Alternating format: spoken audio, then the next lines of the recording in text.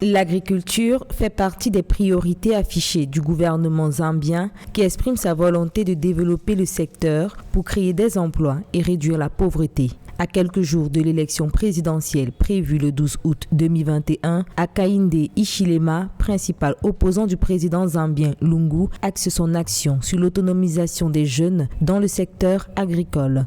Il y a des personnes qui ne sont pas en mesure de trouver un emploi parce qu'il n'en existe pas de nos jours. Dans ce cas, l'agriculture devient essentielle au plan économique. De là, un jeune peut obtenir un emploi, un crédit qui lui permettra d'acquérir une parcelle de terrain et de se développer.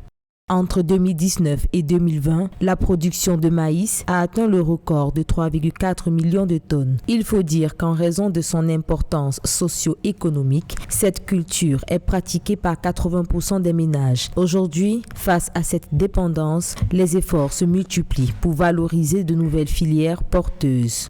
Il convient de rappeler que la Zambie dispose d'un important potentiel agricole en termes de superficie, de terres fertiles et de ressources en eau, malheureusement faiblement exploitées. Alors, si l'on voudrait que l'agriculture soit ce secteur générateur de richesses et créateur d'emplois décents, il serait utile de poursuivre de manière générale les réformes engagées depuis quelques années, les concrétiser, accroître les investissements dans les infrastructures agricoles ainsi que dans les filières porteuses et de grande consommation, à l'instar du maïs, du riz, du soja et du manioc et de bien d'autres.